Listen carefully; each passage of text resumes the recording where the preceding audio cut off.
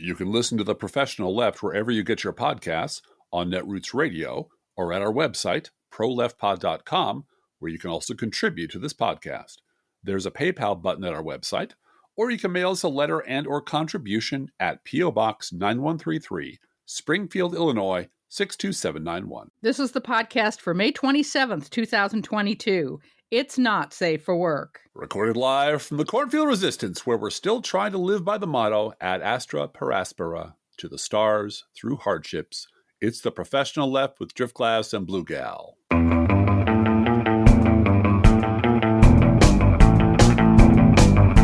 Hey, Blue Gal. Hello, everyone. Hey, I discovered the missing sentence from the previous paragraph. Uh-huh.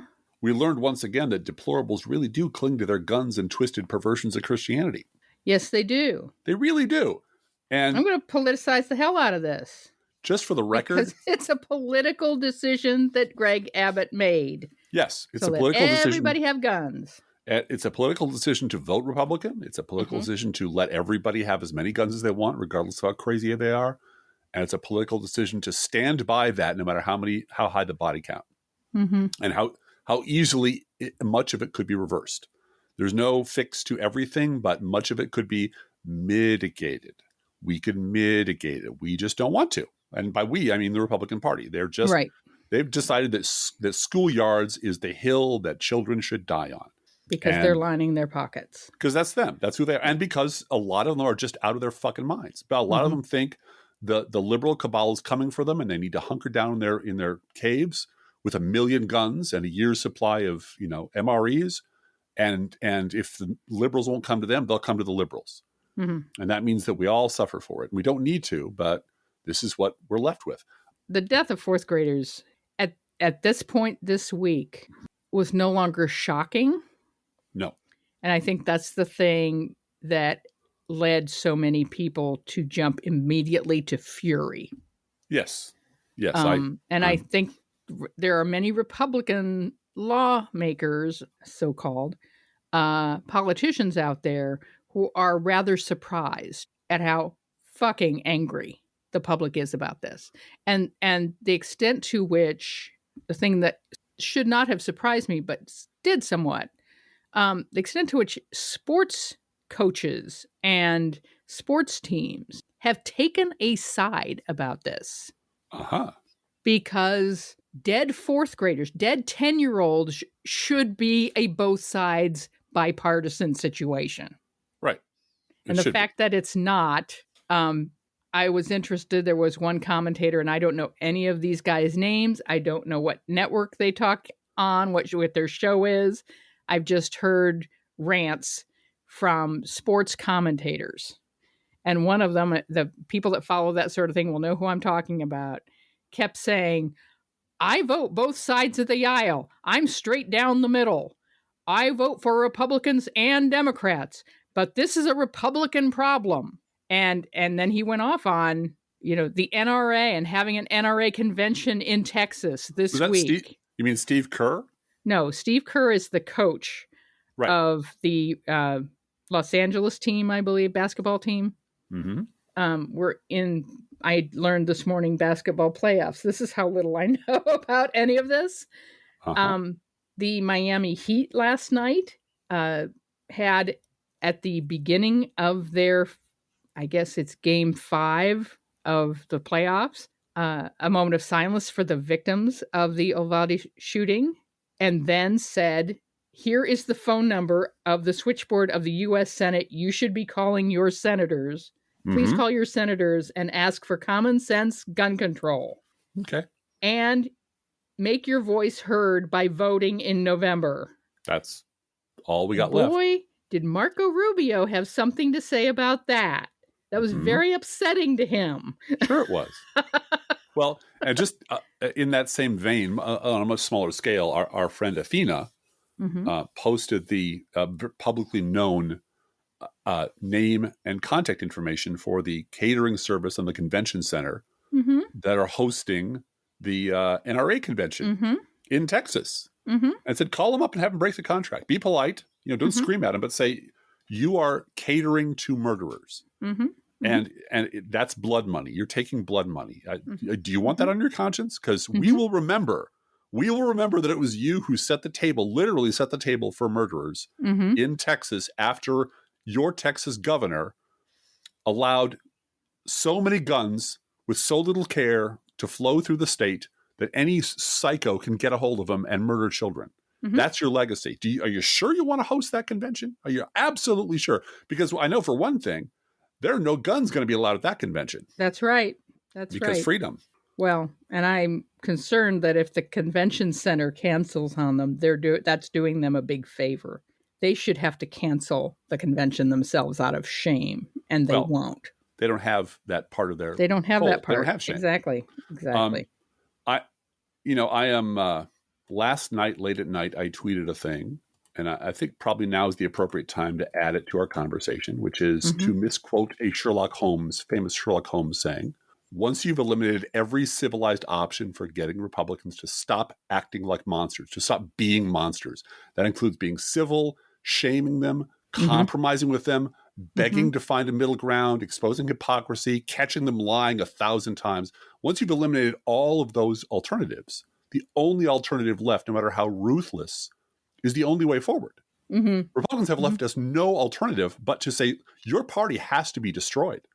Your party, your hold on this country, not some revised, reformed, political center-right party coming out of the ashes. No, your whole party is just fundamentally evil. And the thing that really this reminds me of, and I didn't live through it, but my mother's husband did, was the London Blitz. And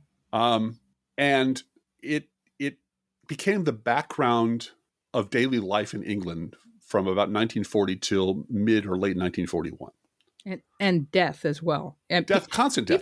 People really do, we see it in movies, we see the Blitz and people hiding in subway stations, and all of it washes over the fact of how many people died in the Blitz. Yep. People died every day. Yep. Their houses were bombed. Their houses collapsed. Explosions killed people. Yeah. The Lord of the Flies movie is about kids being evacuated from England during the Blitz to the safety. My mother's husband was evacuated to Wales for his safety. I believe his mother lost 2 houses during the Blitz. And the thing is, keep calm and carry on was the attitude. But the attitude was, we know who the enemy is. We know where they are. We know why they're doing this. And we know what it'll take to stop them. And we're going to work as hard as possible to track them down and destroy them. That's the way we're out of this problem. That's the way the bombing stops. The bombing stops once the fascists are destroyed. In this country, we know who the allies of America's mass murderers are. And we know why they enable mass murder, and we know who they are, and we know exactly what it'll take to stop them. And in the Blitz, they never took it for granted, well, this is just going to go on forever. We just have to live with this forever. This is just a fact of life in England now. We're just going to have to deal with it. No, they knew either Germany will bomb us to death, and we're going to fight back with every ounce of energy we have, and they'll conquer us. In which case, our ships abroad, the empire abroad will continue the fight. That's what Churchill promised. It doesn't matter if they take over England. We're going to continue killing fascists until all the fascists are dead or until we destroy their armies. And they didn't accept this as a fact of life. But they knew what they had to do to end it. We know what we have to do to mitigate this problem substantially, and that is to destroy the Republican Party. And you do that by voting. By getting your ass out of bed and voting. And you do that also by tracking down every motherfucker who tries to both sides any issue like this and shaming them, calling them out in public. I don't care if they block you. I don't care if they yell at you. I don't care if they don't pay any attention to you. The Rachel Bidikofer, you know her, don't you? I do. She asked people to do a simple thing on Twitter. Every time someone blames Congress, step in and say, no, it's Republicans in Congress. It's not Congress. They're 48, 47 decent human beings, 46 plus a couple of independents who will go along with a whole bunch of reasonable measures. This is entirely the bodies belong on at the Republicans' feet. This is their doing. They want it this way. They're doing everything that they can to keep it this way. And we need to convince ourselves, this is, ad astra per aspera. We Mm-hmm. need to convince ourselves that through this hardship, we will eventually prevail. It might take a long time. There's going to be a whole lot more ugliness along the way. But we know who the enemy is. The problem is the enemy is next door. Mm-hmm. The enemy is down the street. The enemy owns a hardware store in the town where you live. The enemy is the guy at the gas station who are nice people, cheerful, good Germans, but who march into the polls every fucking 2 years and elect lunatics and racists and Mm-hmm. gun nuts to govern them. Mm-hmm. And there's no way to reach them. There's no this very day there was a Democrats brought to the floor a bill, and Republicans blocked it. And it's like, how many more times do you have to put these fuckers on the record to get it through your head that they don't care about being on the record? They're proud of this. They wallow in the blood of people. This is what they worship. So reasoning with them and shaming them and pointing out to them, look, you voted against this 172 times. Maybe the 173rd time we'll fix it, is never going to work. Purge the enemies in your midst. That means getting rid of Joe Manchin, overpowering him with more senators that he can't say no to, so we can get rid of the fucking filibuster. I'll be interested just as an intellectual exercise when it comes down to where, okay, there's 52 without Joe Manchin. Right. Whether Joe Manchin goes ahead and votes with the Democrats or changes to becomes a Republican. I'll be really interested to see what he does. I think just as an intellectual exercise. I know where my money is. Let's get to the 52 and then we'll have that bet. Yeah, right. Right. Now, I'd like to clear the decks for someone I know and love named the Bible Bitch. Yes, and I'm not going to go today and try to find the sound card for Bible Bitch. I'm just going to say, Bible Bitch. That's not scriptural. Bible Bitch. That's not scriptural. Bible Bitch, that's not scriptural. Well, just because so many of these fuckers, pardon my language, but don't, tried to quote the Bible this week, or tried to quote their favorite parable, or tried to say, oh, Cain and Abel. We have to blame Cain and Abel for all of this. Mm-hmm. Don't blame the NRA. Don't blame the Republican Party. Blame Cain and Abel. It's a fallen world, honey. It's a fallen world. It's a fallen world. We're all sinners. And you're not responsible. Even though you're a millionaire senator, you're not responsible. Okay. Now, let me make sure I understand this. These are the same people, the same denomination of Christianity, the same twisted perversion of Christianity that are constantly blaming liberals for everything in the world. And the irony of we're going to legislate abortion. Right. The hell out of it. Right. To prevent the social evil of abortion. Mm-hmm. We're gonna sign a law in Oklahoma that declares that life begins at conception. Right. Mm-hmm. And our religion stands. That's over everyone else's. And yet then when it comes to guns, because their pockets are lined with blood money, well, you can't really pass a law. That law won't work. People won't obey that law. You can't I love it when attorneys general say, laws don't work. Laws don't work. Then you should quit and go raise goats somewhere. Because if you're an attorney general, then enforcing the law is kind of your entire job. That's your entire job, except in the case of Ken Paxton, he's breaking the law all the time because he's a corrupt mofo. And we know why this is. Because you're saved if you're a member of the cult. It doesn't matter what you do. Everything else your inconsistencies are just fine with fine. Your white Jesus. Yes. So Jerry Falwell and Pat Robertson can blame liberals and the ACLU and lesbians for 9/11 without batting a fucking eye. First reflex, blame the liberals. They're monsters. There's a sons of Satan. But you catch them doing some shit. Well, I'm not perfect. Yes, I'm just forgiven. I'm just forgiven. A million times I've forgiven because I sit in the right pew in the right church, and the guy with the big hair who takes my money every Sunday tells me that I'm special and saved and better than everyone else. Even though I shouldn't judge everyone else, I fucking well do because my entire religion is based on saying I am better than you. Speaking of which, Blue Gal. So all of this week, all of that having the Bible quoted to me so many times, really got under my skin.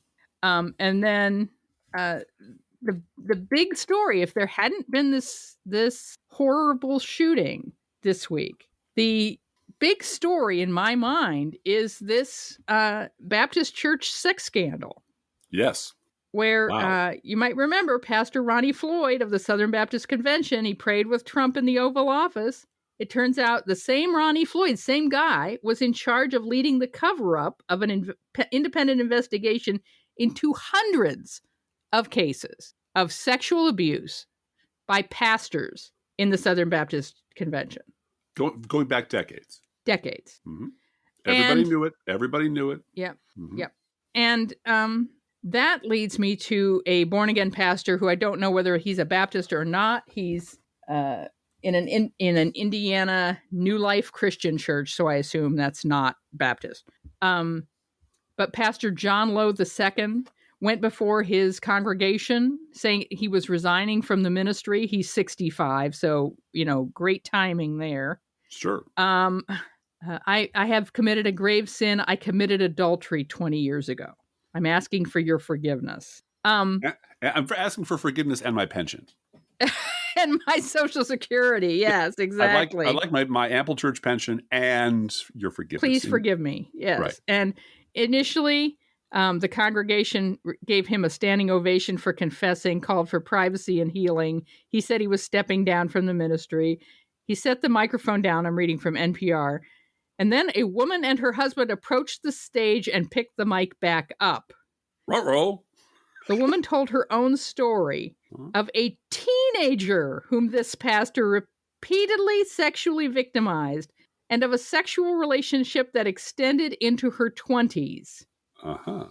I have lived in a prison of lies and shame for 27 years. I was just 16 when you took my virginity on your office floor, the woman told Pastor Lowe, who stood at the front of the pews. You are not the victim here, she said, saying he had not admitted the full truth of what he had done. You did things to my teenage body that had never and should never have been done. For years, the woman said she had wanted to speak up about the issue, but people were either too afraid or wanted to cover up the incident. This church has been built on lies. The lies need to stop. And her husband as well took the microphone and said, "You can't talk about my wife. You did this to her." And all of a sudden, it's a little bit of a different issue than just I committed adultery and I'm sorry and please forgive me. Yeah, when the abuser is allowed to frame the issue in the way that is most favorable to the abuser, which is what a lot of churches allow, a lot of churches encourage. Absolutely, the white male is in charge of it. Mm-hmm. All right, and this is all happening this week. Yeah, just pimples popping all over the place. Just as an addenda to that story, literally an addenda to that story. Remember David French? Yes. Big Southern Baptist guy, big evangelical guy, writes about religion, is always sorry about everything. This is the clown that Bill Kristol was going to promote as the third party candidate to defeat Trump because voting for Hillary was just too icky. So we're going to run David French, who was some guy who wrote for the Weekly Standard and big religion writer. And I listened to him this week, and he said, and this is almost a direct quote, it's a slam at atheists, mind you, but no atheist has ever done more damage to the church than the Southern Baptist Convention has done. Mm-hmm. And, this because they believe they are fucking saved, and they believe that is a magic get out of jail free card for every perversity. And the degree of shock everyone is experiencing, which is righteous and right and true. But think about it. Didn't you have an inkling that these people were fucked up for like 30 years? Ever since they started lying about us, ever since they started treating us like trash, ever since people like Newt Gingrich said, murdering your child is just a liberal value. That's why you need to vote Republican, and then rewarded. Didn't you get the feeling that maybe these were all sick fuckers in one big sick fucking boat? And so the degree of surprise that this church turned out to be a bunch of molesters and cover-up and scam artists is just as shocking as discovering the Republican Party is full of Republicans. Like, oh, holy shit. They were rotten meat all along. And that stink you could smell, that was always being covered up by piety and always being covered up by the liberals are gonna tell you that this church is, but they're lying devils. All of that stink, that all turned out to be true. All of it turned out to be true. So I apologize for interrupting. No, that's all right. In California, they have had what they called a look back period, which ends in December 31st of this year. that a 3-year period from 2020 to 2022 that permitted complainants regarding sexual abuse claims that exceeded the statute of limitation. A 3-year period in which you could ignore the statute of limitations and come forward. And now the Catholic Church, of all the places, the Catholic Church is seeking help from the Supreme Court, the 6-3 Supreme Court. Please don't let this happen. We are facing potentially ruinous liability. Yeah, because sure are. Of the California look back window. Mm-hmm. Review is critical now before the Catholic Church in the largest state of the Union is forced to litigate hundreds or thousands of cases seeking potentially billions of dollars in retroactive punitive damages. It wouldn't surprise me at all if SCOTUS 6-3 lets the Catholic Church and their history of abusing children off the hook. Of course, it wouldn't surprise me either, especially given the pathological, the Christopathic bent of most of the court, given the very heavy Catholic influence on the court, right? Given they love giant corporations and far right religions, and the Catholic Church is both, or has been both in the past, and that's their thing. I mean, John Roberts will say, "Look, corporations have more rights than you do, so shut up." This is just a horrible period of history we're living through. Yeah. And I don't expect relief, but it is kind of darkly hilarious that the people who said it's none of your business, keep it out of the courts, this is none of the court's business, the church will solve this internally, and kept people from making complaints to law enforcement for decades, are now on bended knee begging that same secular court to protect them from their own evil. To protect their money. And this is what's going on with the Catholic Church, with the Republican Party, over and over again. I've said it before, when money is speech, money becomes the only speech. And when you hear these senators talking about, we can't really do anything about guns, the money is talking. Right. That's all that's happening. And this is the same with the Catholic Church. They're not discussing anything about children, protecting children. They'll protect the unborn till the end of the eon, but protecting children and seeking justice for harm done. No, we have to protect the church's finances. Speaking of church finances, far-right preacher Greg Locke, who quote of the week last week was, "You cannot be a Christian and vote Democrat in this nation," was apparently several people filed complaints with the IRS about his church and said, maybe he shouldn't have tax-exempt status. Well, on Sunday, he went before his congregation and said, "I met with my lawyer and I just rescinded my tax-exempt status. So ha, ha, ha, you can eat my dirty socks." Well, he met with his lawyer, all right. His lawyer told him, nope. I'm sure his lawyer told him, you're going to lose. You're going to lose your tax-exempt status. You've been in the news. You've crossed the line into preaching politics. And these complaints, there is a structure by which the IRS receives these complaints. They've received them. And the IRS is going to take away your tax-exempt. So he preemptively did what the IRS was going to do to him. You know what that reminds me of, Blue Gal? Jeremiah in his underpants? Not just yet. It reminds me of the Tea Party.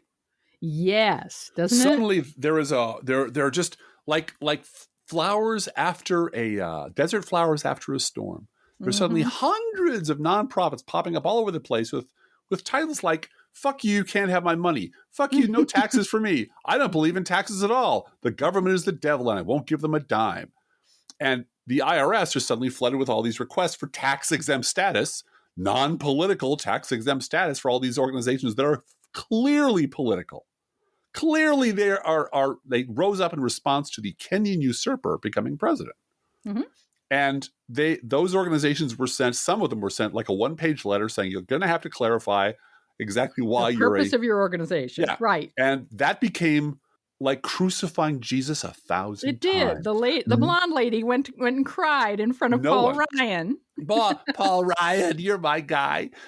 No one has ever been more persecuted than me as trying to cheat on my taxes in the name of Jesus. And this was a thing. And of course, it was all bullshit. And there were liberal groups that were equally questioned by the IRS. Yeah, and but sent since a one-page letter. Exactly. Please clarify. Yes. There wasn't a giant fuck taxes, I'm going to vote Republican movement on the left. Yeah. So there weren't a commensurate large number of people trying to pretend they were non-political advocacy organizations when they clearly weren't.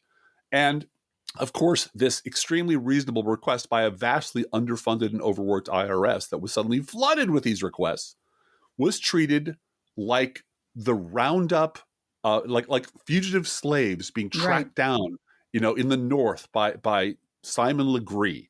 The liberal left is using the IRS to target their political enemies. And it was an excuse to cut IRS funding for billionaires who wanted to elude taxation. Yeah. But it's always that. It's always that. They never back down. They never admit they're wrong. They never say, I'm sorry. They never say I fucked up. They always say my liberal enemies are using this terrible canard to destroy me because I'm on the side of God and freedom. Now, Jeremiah, I'm going to read about Jeremiah's underpants. I'm fascinated to hear how this mixes in with the... Well, this came across my screen this week in that it was a Bible verse of the day in one of the books I have. And really, I swear, I've studied the Bible most of my life. Yes. And you graduate of divinity school. I went to divinity school. I studied the Old Testament, New Testament, whole thing. I've never read these verses before this week. I was completely unaware of this story. Mm-hmm. And I read it, and it just jibed with the news of the week. And I thought, I need to share this one because this is about Jeremiah's underpants. Well, and for all of our atheist listeners who are perfectly free to scroll through the stuff that, might bother you. No, you're going to want to hear about Jeremiah's underpants. Think of this as a work of literature in which an incredibly good metaphor is being used. That's all. You atheists are going to want to hear about Jeremiah's underpants. You will. Trust me. Hang on for this. All right. Jeremiah 13, 1 to 11. This is Jeremiah writing, allegedly. And, I don't know if it's Jeremiah or not. That's not what I'm worried about. I hear he was a bullfrog, so I don't know. Yeah, there you go. I don't know. God told me, go and buy yourself some linen shorts. And what that means is an undergarment. Put them on and keep them on. Don't even take them off to wash them. So I bought the shorts as God directed and put them on. Then God told me, take the shorts that you bought and go straight to Perath and hide them there in a crack in the rock. So I did what God told me. Took off the underpants. I hid them at Perath. Next, after quite a long time, God told me, go back to Perath and get the linen undershorts I told you to hide there. So I went back to Perath and dug them out of the place where I had hidden them. The shorts by then had rotted and were worthless. God explained, this is the way I am going to ruin the pride of Judah and the great pride of Jerusalem, a wicked bunch of people who won't obey me, who do only what they want to do, who chase after all kinds of no gods and worship them. They're going to turn out as rotten as these old shorts. And I just kept thinking about Greg Abbott. Yeah. Yeah. Here are these folks quoting scripture and prayed for this and God this, and I'm a Christian, I'm forgiven, I'm this, I'm that. And they're worshiping money. They're lying. Yep. Mm-hmm. There are a number of commandments that they're breaking in terms of bearing false witness. It's just absurd. But I had never heard the story about the underpants in the crack before. The dirty underpants in the crack in the rock. If ever a story cried out for underpants gnomes, it's this story. It is this story. And I had never heard it either. And I'm not quite the scholar. Never heard it. Not the scholar you are. Not once. But, funny, your stanky underpants has never come up from the pulpit in any church I've ever been to. Stank underpants. Yeah. Yeah. Your rotten stank underpants.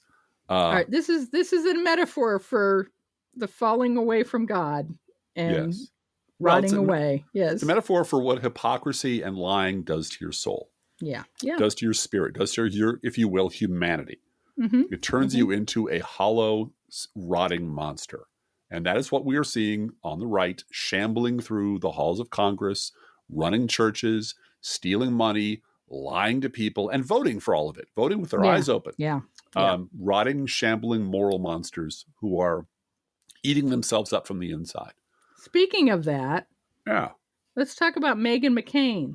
Yeah, Mr. Meghan McCain. Oh, Mr. Meghan McCain. You might know him as Mr. Meghan McCain. He runs this rag called The Federalist. Mm-hmm. Who funds the Federalist, by the way? That's a great question. I think it's the U-Lines. Yeah, I think you're right. I think that question was answered once and for all. Mm-hmm. Crackpot right-wing billionaires fund the Federalist. And in case you don't know the backstory, Federalist is piloted by a guy named Ben Dominic, who was all over MSNBC back when his very good friends Ezra Klein and Chris Hayes would put him on and say, "You're my favorite conservative. You're such a reasonable guy." And they chat and they go back and forth and they're like, "Bros, man, we're bros for life. This is bro stuff." This is a guy who got kicked out of the Washington Post, I think, for plagiarism and was writing a bunch of shit for foreign countries and lying about it, and just a generally rotten person. But he's a bro, man. He's a bro. Come on. And so MSNBC very graciously rehabilitated this guy's career to the point where he got a regular gig on CBS. And then, of course, he married John McCain's daughter. And now he runs a completely deranged right-wing rag that all of your favorite never-Trumpers used to work for until they suddenly discovered that it was a right-wing rag and Tom Nichols quit in righteous indignation. And it's a horrible place. It's a horrible, trashy place. And one of those stories today I thought was worthy of note only because of the response to it. So the headline is, from the Federalist, "Tragedies like the Texas shooting make a somber case for homeschooling." Oh, man. Yeah, and it was worth noting only for this reply from a guy named Sam Adler-Bell, who is a co-host of the Know Your Enemy podcast, which I enjoy very much. And his response is, "Don't ban guns, ban schools really is the perfect distillation of conservative moral and intellectual bankruptcy." Yep, absolutely. They are absolutely more. This idea that they would rather fund giving every school teacher a gun than paying school teachers to be there. Right. Well, on Monday, Wednesday, and Friday, teachers are villains who want to teach your children to hate America and teach them CRT. Teach them to be gay. Teach them to be gay, and teach them that, that America is not the greatest country in the world. And on Tuesdays and Thursdays and alternate Fridays, they should be at the door in Kevlar with an automatic weapon, standing guard against the mass shooters that the Republican gun policy has unleashed on this country. They are victims and villains 3 days a week, and they are supposed to die like martyrs for Republican policies every other day. And my mom was a teacher. My dad was a principal. My sister was a teacher. Her husband was a teacher. Everybody in my family, I taught school for a while. And I heard progressively more and more of the town and the community and society's problems were being just shoved into the classroom. Here, I don't have time to raise my kids. You fix this. And this is the ultimate expression of that. I don't want to pay teachers anything. I want to blame them for everything. And I want them to stand in front of bullets flying at my kids because I don't have the balls to vote the people out of office who put those bullets in that gun. Yeah. And this really is the bankrupt end of the conservative movement. There's no place for it to go other than armed insurrection. There's no place for it to go other than an out-and-out fascist regime in Washington, which will be the last democratically elected anyone will ever see. Yeah. And this is the time we're living through. So these are the challenges that we're being given. However, in Michigan, I know of at least a few candidates who will not be on the ballot in the Republican. At least 5. Oh, no. Really? At least 5 Republicans are about to be kicked off the ballot in Michigan, running for governor. There are apparently 10 Republicans that want to run for governor in Michigan. And one of them just announced that he was going to give $2 million to his own campaign, and buy the governorship. Gretchen Whitmer appears to be unimpressed with these 10 Republicans, 5 of whom, it was discovered, have a total of 68,000 fake signatures on their ballot initiatives. Oh, no. Oh, no, I hate it when that happens. Oh, attempted election fraud? Are you kidding me? It's From those attempted nice election people? fraud. Uh-huh. And signature gathering is one of the things that really still connects candidates to actual voters. You have to gather signatures, and they have to be 100 of them apparently have to be from different counties within Michigan. You know, different states have different rules about how spread out they have to be. If you didn't know this, just wait for the second episode of Night Skies. That's all I'll say. That's all I'll say. Night Sky has answers to everything. It does. And it's a wonderful. We'll probably be touching on it in Science Fiction University sooner rather than later because we both really enjoy it. Anyway, that's because we're old people, Driftglass. We identify with people that take prescription drugs in the morning. Have a hard time walking outdoors. Yeah. Yeah. So Michigan GOP signature gate is going to, as one commenter said, there are going to be fewer Republicans in the Republican clown car in Michigan. Oh no! No, we hate it when that happens. But that's more peanuts for everybody in the car. That means more peanuts for everybody. Yeah. I want to also say rest in peace, Ray Liotta. Yeah. Who passed away in the past 24 Ray Liotta, hours. however you pronounce Ray it. Ray Liotta. It's Ray Liotta. It is Ray Liotta. Mm-hmm. And it reminds me of something you were telling me earlier this week at lunch. I don't know why. I think it's just because it's such a Goodfellas type name. You were talking to me about this theory you have of Joey Tabula Rasa. Yeah, Joey. Who's not a real person. Joey Tabula Rasa. Joey Tabula Rasa. He's not a real person. Something Driftglass made up. No, I didn't make it up. Oh, you didn't? Oh. I did not make, no. This is a deep cut into the history, the mysterious history of the Republican Party dating back to the before time. Actually, to the before time. It's ancient legend. Once upon a time, there was a guy named David Brooks. Oh, no, this is not a David Brooks free podcast, Driftglass? No, I'm sorry. It isn't.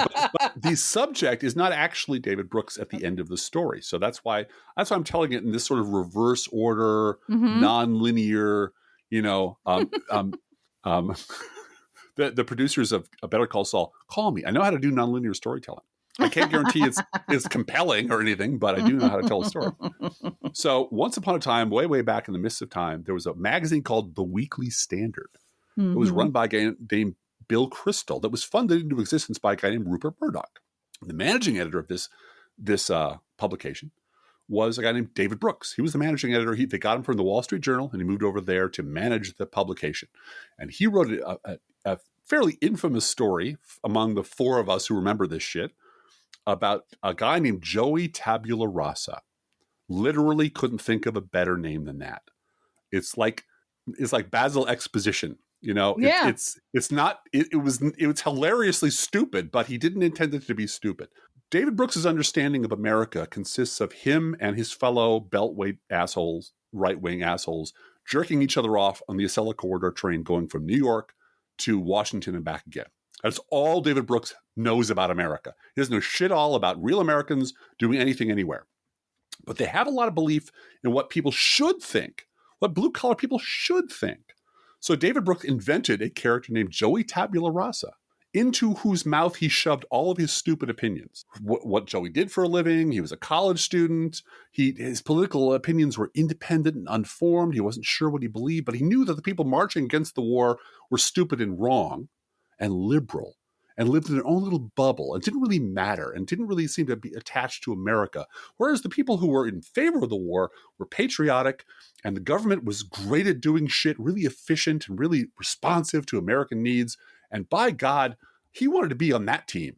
And that he knew that eventually the crazy liberals would fade into nothing because they were just talking to themselves and they were kind of angry and pointless. They were always protesting something. Who knows what they were protesting? They're always marching. The people on the right are responsible, hardworking, middle-class, decent Americans. And Joey wanted to be like that. And that was the invention of a completely fictional character by David Brooks, into whose mouth he could shove all of his stupid opinions. Well, Joey Tabula Rasa has morphed over the years.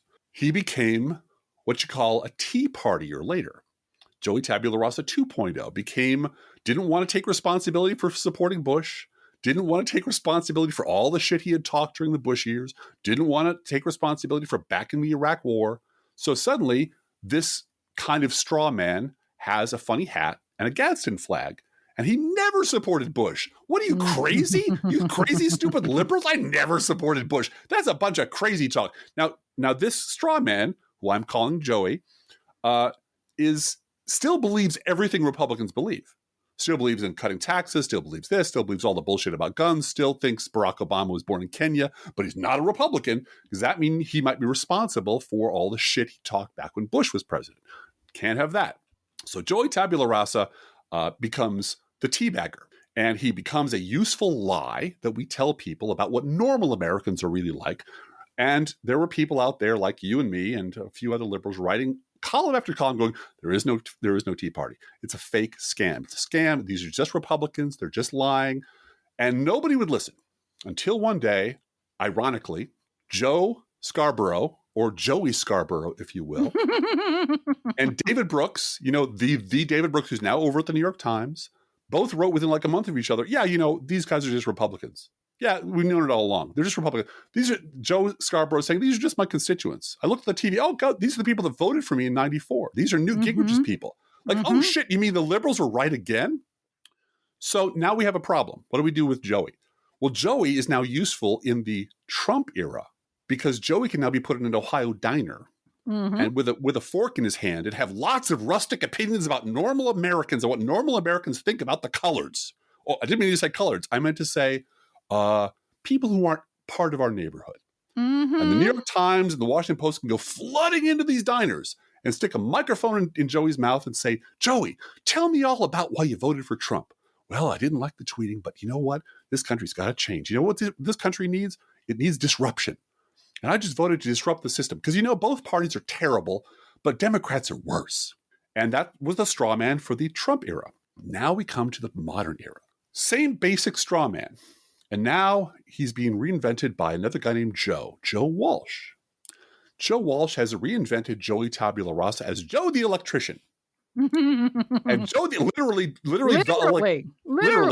he's just the electrician. I tacked on the Joe part because, Joe the plumber, Joe the this, Joe the that.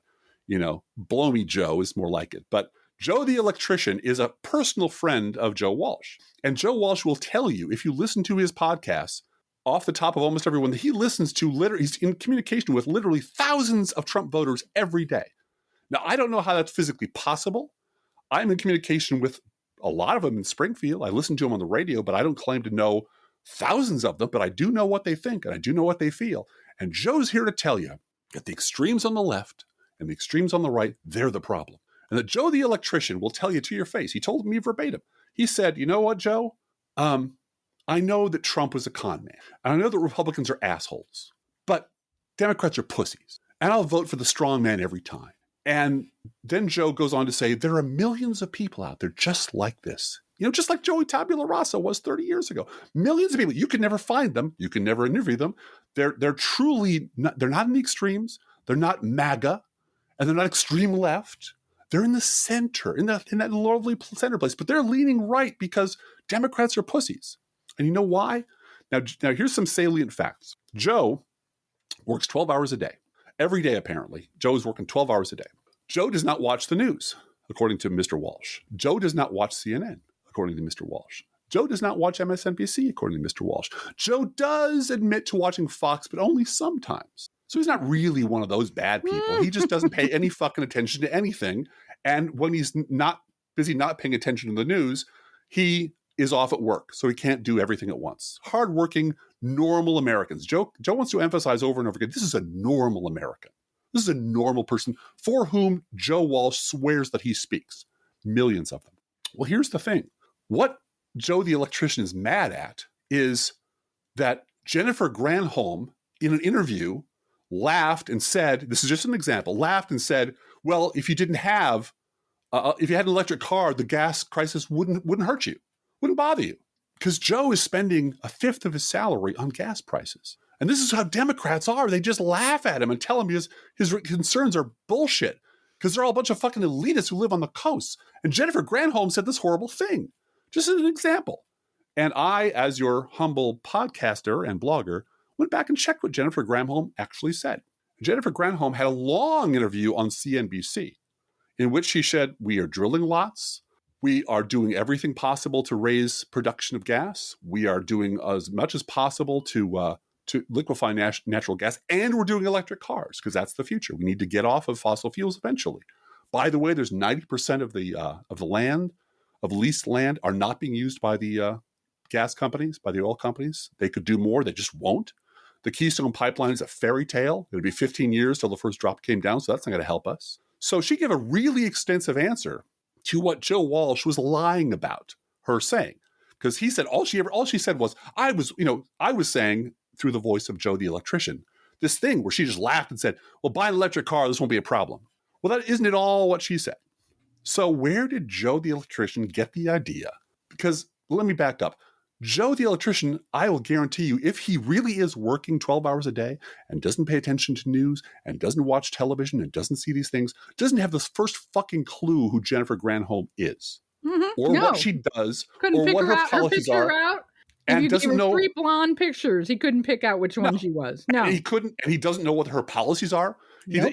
She's a fighter, but he wouldn't know that. He just knows Democrats don't fight. Joe the electrician has very hardcore, concretized opinions about Democrats based on what? He doesn't watch the news, doesn't listen to blogs, he doesn't pay attention to anything. So but he doesn't exist. Here's the problem. He doesn't exist. So I did track down a 34-second clip of Jennifer Granholm taken wildly out of context saying, oh, and by the way, if you have an electric car, this crisis really isn't a crisis for you, during a press conference. That 34-second clip was grabbed by the TPUSA asshole who works for Charlie Kirk. It went viral on Twitter, which I'm sure Joe the electrician pays no attention to, and was viewed 1.2 million times. It was then uploaded to the Fox News universe, where it was beaten into the fucking ground. Now, who is it that pays attention to what TPUSA does every day? Is it normal people who pay no attention to the news? No, it's fucking Republicans. Who watches Fox News and goes, Jennifer Granholm, she said this mean thing. Is it people who pay no attention to the news and pay no attention to anything? No, it's Joe Walsh. So Joe Walsh is doing exactly what he used to do as a right-wing hate radio host when he was on Fox. He's gleaning the world. He's looking out there for one dumb thing out of context. He can then take and amplify and say, this one silly thing taken wildly out of context is what every Democrat believes. Democrats refuse to fight for people like this, and I represent millions of them. So you should listen to me, because my opinion will tell Joe the electrician how to vote in the next goddamn election. And it'll be Joe the something or other the next time. Shaking my head. And the next time, and the next time. And from David Brooks 30 years ago to Joe Walsh today, it's a constant thing. They invent some Muppet. They find some little thing out there that'll piss their listeners off and insist this is the entire Democratic Party, and then get mad at Democrats for not fighting harder, for not messaging better. Why aren't you messaging to Joe the electrician better? Well, Joe the electrician is not real. Joe the electrician doesn't listen to news, according to you. I don't know where he would hear these speeches if he pays no attention to anything. I kind of think you're talking about Joe Walsh, and I kind of think you're talking about all the fucking Never-Trumpers, and I kind of think all the Never-Trumpers hate the left and really, really want us to be the 2014 Republican Party. End of story. Yeah. Was that too much? No, that's fine. Thank you, darling. The Jesus Babies and Guns lady in Georgia only got 3.4% of the vote this class. But that doesn't mean she didn't make the primary lit. The Georgia primary for U.S. Senate and governor, she wanted to be governor, I believe. Jesus, babies, and guns. And a whole bunch of talk about, we worship Jesus and America belongs to us, and therefore we'll govern Georgia. Yep. She'll be back. 3.4% of the vote. Yeah. Oh, yeah. No, she's got a career ahead of her. That's for sure. She does. She's the next iteration of Katie Abrams. Well, and that was my point. Not just Katie Abrams, but someone suggested to me on Twitter this past week about, wow, Blue Guy was really on the money. I had my doubts, but she was really on the money. These primaries are lit. Yeah. And I reminded him that I survived 2010 when we had Christine O'Donnell, I am not a witch, And who was the other lady in Arizona? No, it was Harry Reid, Nevada. Oh, in Nevada. Yeah. Sharon Angle. Sharon Angle. Old Sharon Angle, Second Amendment Solutions. Right. Angle. Yeah. Running away from reporters at the end of her camp. Finally, just running away. Like she couldn't answer any questions about anything. And, but they were both, right-wing nut jobs and unqualified to hold office. And when you take that in 2010, that seems like the good old days because you add Right Side Broadcast Network and Newsmax, and you're pretty much taking Mentos and Coke in large quantities and dumping it into a beaker, and you're going to have an explosion of know-nothing bigotry. Well, and this come out of the Republican Party. This is the actual marketplace of ideas, not the highfalutin one where we're all going to sit around and debate nobly and civilly. No, this is the fight to see who gets to sell the shittiest heroin to the dumbest addicts out there, because that's where the money is. And that's make money. And make money because we've decided money is speech. We've decided corporations are people. And as we talked with one of our listeners last week at a restaurant, the ratchet only moves one direction. Yeah. And Driftglass, you were saying this morning that the Democrats now have a billionaire promising to invest $1 billion. Yes. In the midterms. Would you like to hear about that? Yeah. It's a news update, but I'd be happy to jump tell the us line about a little it bit. now, because I have some more details about something related to that. Oh, it's a Democratic billionaire. We've got him named Sam Bankman-Fried or Freed. He is a crypto currency magnate. So I don't know if it's $1 billion in dollars or $1 billion in shiny turtles or $1 billion in that's now worth $20. But at the moment, he's saying he could spend $1 billion or more in the 2024 election, which would easily make him the biggest ever political donor in a single election. He's 30 years old. He's the founder of a cryptocurrency exchange, FTX, and said in a podcast interview released Tuesday that he expects to give, quote, north of $100 million in the next presidential election, and that he has a soft ceiling, quote unquote, of $1 billion, with his spending likely to be on the higher end if former Donald Trump runs again. So this is for the presidential election, not for the midterms. It's the next election cycle. Okay. I don't know if it's the 2022, the 2024 election he specifies. Now, my advice to him, because he and me are just like that. That's why we're getting those big crypto checks from him. No, we're not. Is do not waste your $1 billion on one election cycle. Invest in building a genuinely liberal media infrastructure that will outlast one election cycle. Because no one will listen to it. It doesn't matter. I have no hope for that. I don't. I mean, building something. I don't care who listens to it. I want an infrastructure that will intimidate the mainstream media into actually doing reporting. I want one that can, because the only reason that the mainstream press rolls over for Republican lies, that you have to pull teeth with these people to say Republicans have lied and they're lying right now.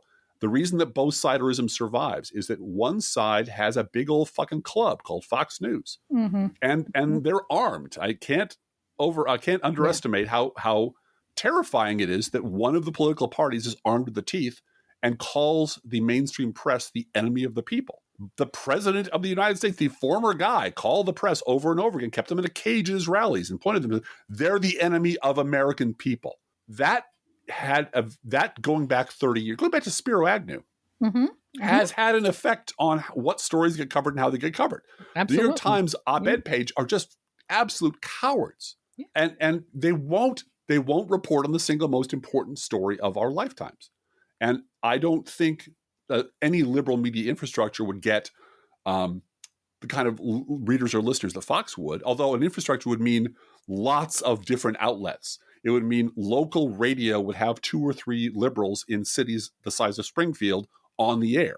It would mean radio stations. It would mean newspapers. It would mean think tanks. It would be the whole thing. And with that kind of firepower, bludgeon the shit out of the mainstream media and scare them as badly as they're scared of Fox News into actually pointing out the truth that's happening right in front of them. Right. Get Chuck Todd fired and not replaced with another Chuck Todd clone. that's what I had in mind. Anyway. I don't know if $1 billion would get Chuck Todd fired. I just don't think it would. I don't see how you would invest any money anywhere that would make that happen. I'm sorry to be so negative, but that's my job, Blue Gal. But what I wanted to point out is having one billionaire say that about investing in elections on behalf of Democrats was enough to get you to walk into the kitchen to tell me that news. Yes. On the other side of it, I learned today that Ron DeSantis has 42 billionaires donating to his reelection campaign. Doesn't surprise me. They all live in Fort Lauderdale. They all have oceanfront property. Well, and they're donating to Ron. They're betting on the horse they think will win. Yeah. And they're betting on the horse they think will one day be in the White House and keep their taxes low. Right.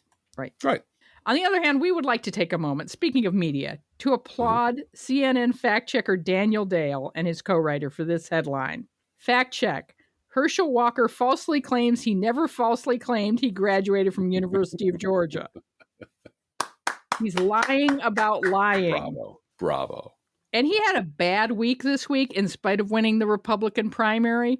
I think that's one of the worst things that could happen to him because the APA research on this guy is through the roof. And we're only starting to see it brought to light.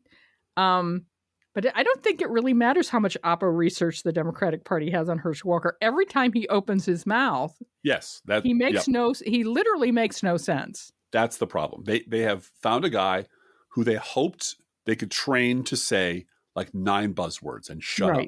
And he can't do that. Taxes low, right? He can't do it. And so what comes out of his mouth is either incriminating or gibberish, and embarrassing gibberish. I mean, Donald Trump talked a lot of shit, but it had a certain cadence to it.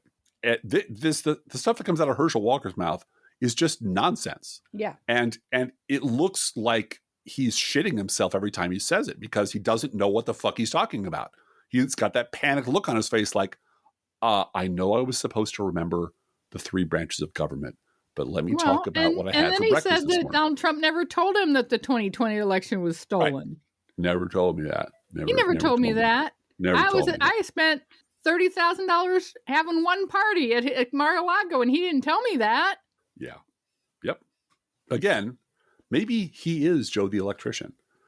Maybe that's Herschel Walker. Oh, maybe Herschel Walker. I don't know because you clearly just blew my mind, Driftglass. I blew a fuse, that's for sure, because I used Joe the electrician to install my electrical grid in my home. And maybe Herschel Walker hasn't read a newspaper or seen news or been exposed to information at any point in the last 20 years. It's possible. Maybe he's been living in a bubble. But if that's not the case, then he's both utterly incompetent and the worst liar imaginable. And that's a very bad combination when you're sitting in front of a microphone, even taking softball questions. And he could very well win because remember, Republicans are evil and they'll just elect anybody no matter how bad they are. They'll try. They'll try. Mm-hmm. And you want to shout out to Crew as well, do you? Yes. Citizens for Responsibility and Ethics in Washington. They've received the Secret Service records from the Trump administration under a FOIA request. And boy, oh boy. Donald Trump made $2 million renting hotel rooms to the Secret Service, not just for himself and his wife and his immediate family or people that were immediate family working in the White House, but Eric and Don Jr., who were supposed to be running the family business, the Trump family business in New York, that one? Uh-huh. They're supposed to be running that and not having Donald Trump interfere at all. No, Eric and Don Jr. will be running that separately. They got Secret Service protection while working in New York. Eric spent nights at Trump properties. Eric, this isn't Jared. This is Jared. Jared and Ivanka working in the White House. This is freaking Eric. It's Eric. Eric. 8 times in the first year in office. Yeah. Had Secret Service protection staying at Trump hotels on the taxpayer's dime. And as Citizens for Responsibility and Ethics in Washington reminds us, Trump traveled to Trump hotels and charged the Secret Service so often that the Secret Service ran out of money. Yeah. Yep. Well, it's just another bank account he can drain. Somebody else's money he can steal. Right. And Eric, break it down to your home level, your family level. Eric was staying in his dad's attic and charging the Secret Service a bundle to look out for him as he slept on his dad's couch in his dad's attic. No, dude, you're home. You're in your home. This is your home. And your home is a Trump property, and it's very well protected, and you have nothing to do with it. You have nothing to do with it. You're off way over here running the business. But again, if there's another nickel to be squeezed out of the American taxpayers to put in a Trump pocket, they will, by God, do it every single time. Yep. And I'm sure he just absolutely thinks of that as a victim's crime. Oh, we're just taking tax money, just like tax fraud is victimless. In my experience, ripping off the government is something that conservatives are proud of. Yeah. Because they put one over on the man. Except, dude, your dad is the man. Right. Yeah, right. But taxpayers are stupid. They send money to the government. We don't do that. Right. You stupid people deserve to be ripped off. They're just stupid. And all of the people on Twitter applauding Trump over the years because, he didn't take a salary. Right. God bless him. He doesn't take a salary for all that hard work he's doing. All that golfing he's doing. DVR'd Hannity and playing golf. Right. Yeah. He works so hard. Would you like to do a news roundup? After you. The Bidening continues. Just hours ago, Senate Democrats proposed and Senate Republicans blocked a domestic terrorism bill that would have opened debate on gun measures after the deadly Texas school shooting. Witnesses to the mass shooting at Uvalde Elementary School report that frustrated onlookers urged police to charge into the Texas elementary school where a gunman's rampage killed 19 children and 2 teachers. There is an update to the story. The Texas Department of Safety has confirmed that the tactical team took approximately an hour to arrive at the school. And did you hear about them putting one mom in handcuffs after she was so upset that they weren't going in? And they let her out of the handcuffs and she jumped a fence and ran through a window and got her kids out of the classroom and ran away with them? First of all, that sounds like every mom I know. That sounds like you. That sounds like my mom. It sounds like every mom I know. Yeah. Secondly, of course, you're going to handcuff a mother because she's not armed. Right. But we're going to wait here behind the barricades until, the tank arrives. But this is, mind you, these are professional law enforcement officers who are afraid to go into a building. But the solution is either homeschooling or put teachers in Kevlar and give them automatic weapons. That's the Republican solution to this problem. And hide behind preschool teachers and elementary school teachers. Yeah. Who will save your children. Yep. And then cut their salaries because they want to teach your children CRT. Right. Yep. Horrible people. All of them are horrible people. Governor Abbott cut the mental health budget last month of Texas by $122 million. Not making that up. But at least he can keep the lights on. No, he can't do that either. He can't keep the lights on either. As I said, Jesus, is not watching you vote Texas, but he cannot fix stupid. No. And if you're stupid enough to vote for Greg Abbott, you deserve to freeze.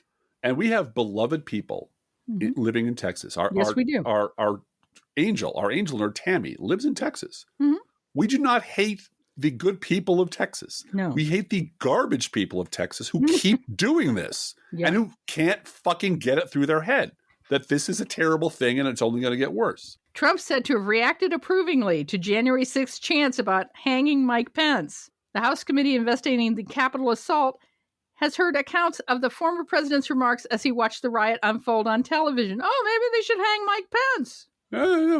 I've heard of worse ideas. Hey, I'm just kidding. Hey, I'm the president. I get to do shit like this. A New York appeals court has ruled that Trump, Ivanka, and Don Jr. must sit for depositions. The court ruled that President Donald Trump and his 2 adult children must sit for depositions in the New York Attorney General's civil investigation into the Trump organization. So lawyer up, assholes. Bet they plead the 5th. Bet they do. Ted Cruz stormed out of Texas school shooting interview. The Texas senator became irritated after, I believe it was a British journalist. It was. Pressed them why mass shootings seem to happen so often in the United States. Yeah, he got all snitty and said, why don't you love America? Everyone loves America. We're freer here than anybody. Yeah, but why does it happen here? And then he ran away because Ted Cruz is... and he didn't stop running until he got to Cancun because that's what a big coward Ted Cruz is. Again, more trash people, more garbage people in Texas electing garbage people to the U.S. Senate. Oklahoma's governor just signed into law a bill that bans abortion entirely, effective immediately. This ban would also deputize private citizens, vigilantes, to act as bounty hunters and sue friends and family and anyone else assisting someone else in getting an abortion. We assume that means helping them get out of state, because who the fuck wants to live in Oklahoma after this law passed? We love our listeners in Oklahoma, and we're praying for you. And we're praying for you, and you're welcome here. I hope that there is as much of a backlash in Oklahoma as there was in Kansas to ruining the schools. Yes. Because notice Sam Brownback is not governor of Kansas anymore after he fucked over the public school system. Yeah, well, fingers crossed. Maybe we're finally getting mad enough to pay attention. I hope so. Well, I can't get any more mad, but I hope other people are. Yes, I hope there's a critical mass of people getting very, very angry. Mm-hmm. Jane Mayer adds one additional detail to the Clarence Thomas scandal. Thomas is the godfather to Clint Bolick's child, and Bolick's wife is the Arizona lawmaker who Ginny Thomas pressured to overturn the 2020 election in Arizona. So the godfather. She literally got a call. We're watching The Offer, and so she literally got a call from the godfather's wife, who's also a Supreme Court justice. Yeah. But hey, Clarence Thomas is just a good old guy. Not going to recuse myself. Going to party down like the founders wanted, and just everybody shut up and leave us alone. You know what? My wife can do whatever she wants, and my wife's business is none of your business. And good God, just garbage people all the way down. So, Driftless, there was a Republican debate this week for Illinois governor. Yes. People who want to run against J.B. Pritzker for governor. Good luck. And one of them is named Richard Irvin. Yes. He's the one that has $20 million of right-wing billionaire Ken Griffin money backing his campaign. Uh-huh. He had to clarify some of his statements about, get this, Driftglass, the issues that he got wrong during the debate. Oh, no. Gas prices and taxes. Oh, no. And it turns out he is a witch. So who knew? Who knew? And then the other candidate is a state senator, the one who sued Pritzker for mask mandates and so forth. Darren Bailey, during the debate, called the largest city in Illinois, which is Chicago, a hellhole. And that will get you downstate votes. Sure. In a Republican primary, for sure. Yeah. Tell those Chicagoans, because Chicago is a euphemism for the black guy or the black people taking all of our stuff. It's an absolutely bigoted term. But several analysts said, somebody should have given him better advice than to insult the largest city. Because if he wins the nomination, which he may, Cook County doesn't forget statements like that. No. Nope. So, yeah. And there's just I am thoroughly enjoying watching my governor just sit back and go, these knuckleheads. Yeah, I don't know about these guys. Can you believe it? Yeah. Can you believe these knuckleheads? Oh my God. And every day, and we're just going to repeat this on this podcast every time, because this is what messaging is about. Our governor every day is tweeting out 2 or 3 times about women's reproductive rights being safe in Illinois, about the quality of living in Illinois, about the credit ratings of Illinois going up 6 times since he was governor, since he was elected, the relative safety of Illinois, the fact that 250,000 people have moved into Illinois rather than fleeing Illinois in the last few years. And he just is fucking relentless. This is his messaging every day. And you're always going to find, like I do, I said before, I count 4, 5, 6, and then the responses, and then come the trolls. Yeah. Because everything is wrong and everything sucks, and I'm moving. Well, God damn it, move. There's like 5 states where you'd be right at home. There's a bunch of sinking back into the pre-Enlightenment age asshole states out there that you would just love. So why don't you go there and be with those people? But it is quite a remarkable thing to see a competent governor of a great state using his pulpit to message the shit out of what's great about his state and about democratic priorities. It's fun to watch it every day, and we never miss a show. It was earlier this month, Driftglass, our governor, J.B. Pritzker, appeared at a microphone wearing a button that said, "Be like Illinois, trust women." I tell you, man. You know what, JB, if you're listening, and I know you are. I know. No, he's not. I know you. Oh, well, we know some people that work for him who probably are. Yes. Or might very well be. Okay. And look, if you're already borrowing half of my material, and I appreciate that. I'd be happy to write some stuff for you. Let's say I'd say pro bono, but you're a billionaire. You can afford to fucking pay me. You have so much fuck you money. Come on, man. Short, quick, to the point. Although, here's the problem. You're going to get reelected. Yeah. You really don't need my help. No, so, he really doesn't. He really doesn't. There were 2 birthdays this week, Driftglass, that I want to point out. One is the First Lady of Illinois. Yes. M.K. Pritzker. Yesterday was her birthday. Happy birthday. And also, our friends at Daily Kos. Daily Kos is 20 years old this week. That's amazing. That's Happy amazing. Birthday, Daily Kos. And Star Wars is 45 years old. Oh, Star Wars is 45. Now that makes me feel old. Nah. Do you want to talk about more about local Wingnut Radio, or did you say everything you wanted to say? Oh, I have had occasion to run lots of errands in the last week, and I do listen because we used to have one radio station that would broadcast on AM and FM, and there's a sliver of time in the afternoon when that station would have a liberal on, a guy named Jim Leach, who's pretty good. He's a good Illinois Democrat, good Illinois liberal, and he's a good talk guy, and he's also everywhere. He does acting, he does voiceover, he does the municipal, the Muni theater, he does trivia contests, so he's a very established local person. And then they took half the radio away from them and turned it into a popular music venue, so there's just this one radio station. And because I run errands during hours when Mr. Leach is not listening, I do occasionally listen to what else is on there, and it really is just this sliver of time. And before him, it's like Dana Loesch and Sean Hannity, and afterwards it's scumbags just as bad. It's just awful. That's why, Joe Walsh, I know what Republicans think. I know what conservatives think. I hear it coming out of the fucking radio. I've heard it for 30 years. So their radio ads really are just awful. The big one I heard this week was the purpose of me running for the governorship of Georgia is to make sure Stacey Abrams doesn't become governor and president of the United States. And president. And then the host obligingly asks, well, she refused to concede last time. How much do you have to win by to force her to concede? And it really is, that fucking black lady is awful. How badly do you need to beat her ass to make her go back in line, get back in line? And it's just hateful, awful shit like this. And this is from a candidate for governor and a national talk radio host, just sounding like the worst sewer trash imaginable.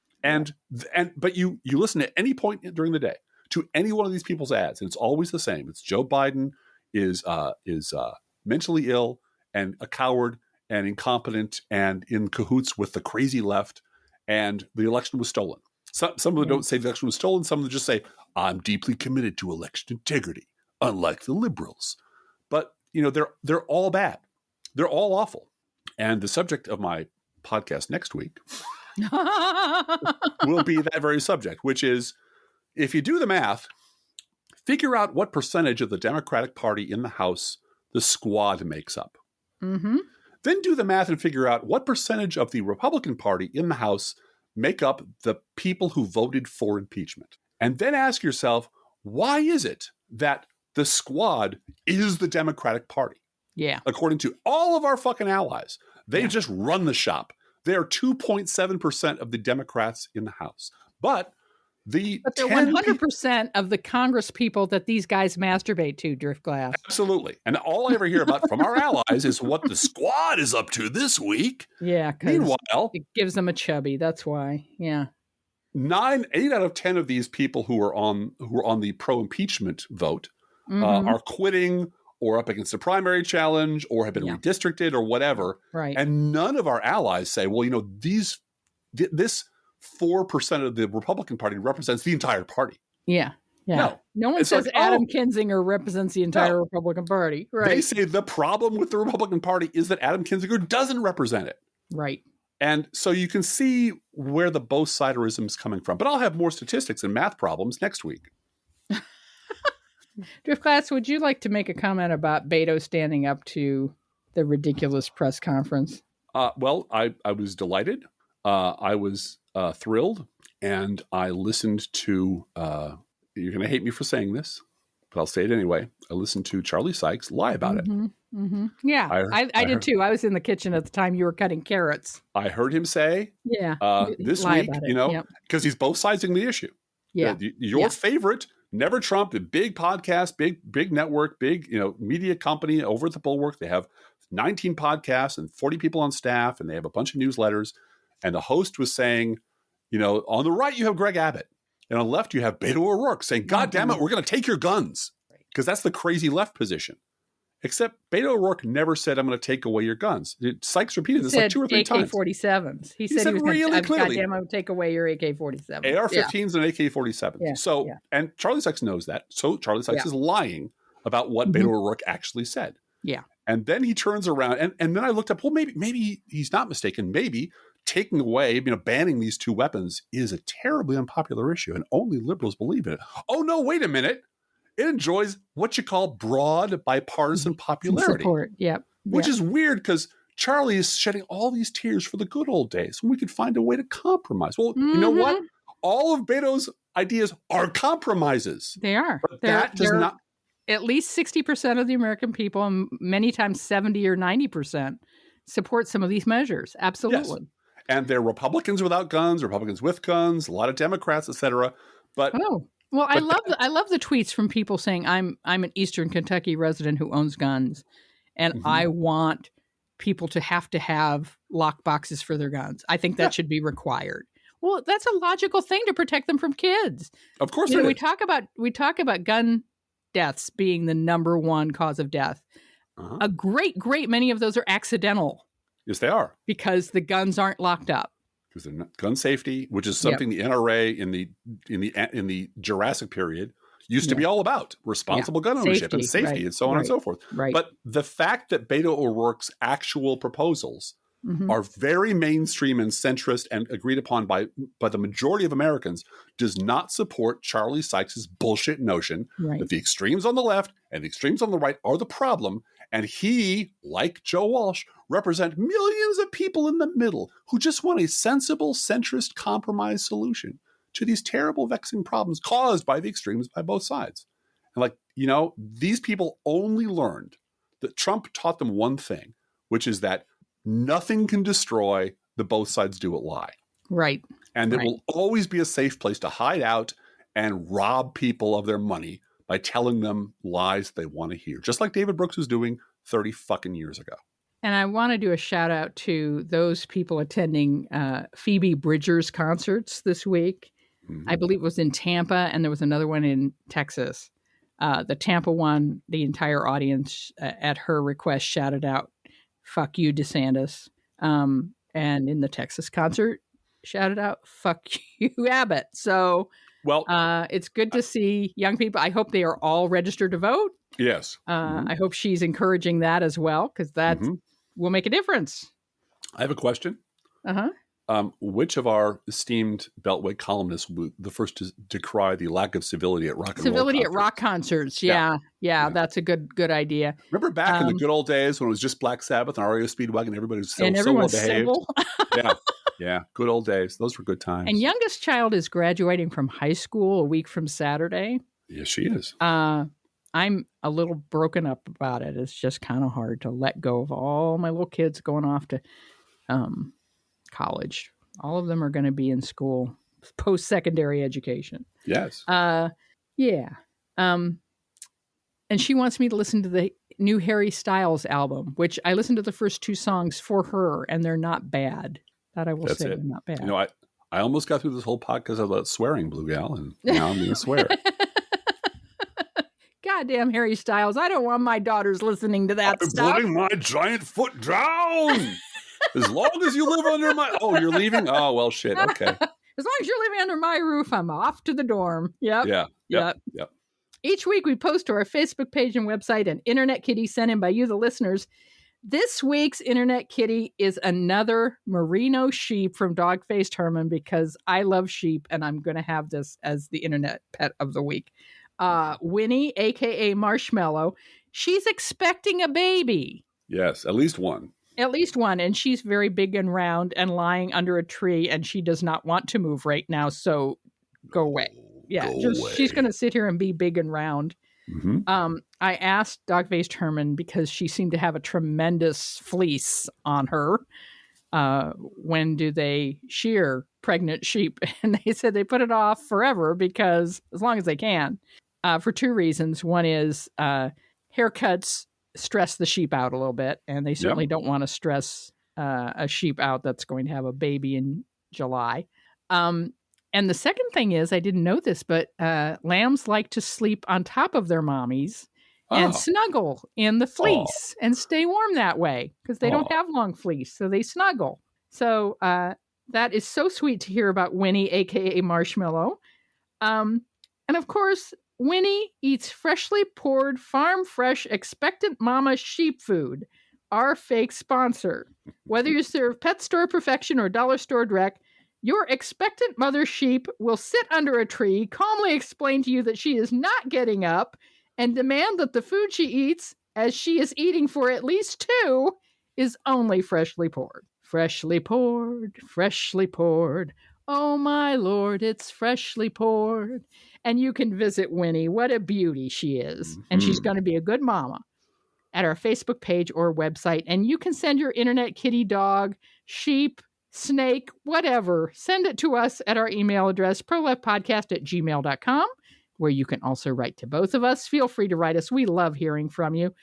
Be aware that if you write to us at any of our addresses, we reserve the right to read your email or U.S. Postal Service. Go Postal Unions. Letter on the air unless you say otherwise. #FireDeJoy. Don't forget our gourmet coffee guideline. If you can afford to buy an espresso-based beverage for yourself, buy one for us. This is not charity. This is our job, and we love doing this podcast. Approximately 1% of our listeners support this podcast with a contribution, and you can too. See our website, proleftpod.com, for details, our PayPal postal address information. It's all there at proleftpod.com. And yes, I have reached my goal of paying for my hearing aids. Thank you, thank you, thank you, thank you for that. Please share our show on social media. And if you love this podcast, send us $5. We would really appreciate that kind of feedback from you. Mm-hmm. And thank you. Hey, Drift Class, how are the Internet Kitties doing this week? Well, Blue Gal, the Internet Kitties are thoroughly enjoying watching J.B. Pritzker throw shade all over Greg Abbott on Twitter. Let's think about living. Think about living. Just think about loving. Think about loving. Just think about the hooping and the hopping and the popping and the lovey-dovey. Let's forget about the whine and the crying, the shooting and the dying, and the fellow with the switchblade knife. Let's think about living. Let's think about life. Professional Left Podcast is recorded under a Creative Commons license, copyright 2022, BGBG Productions Incorporated.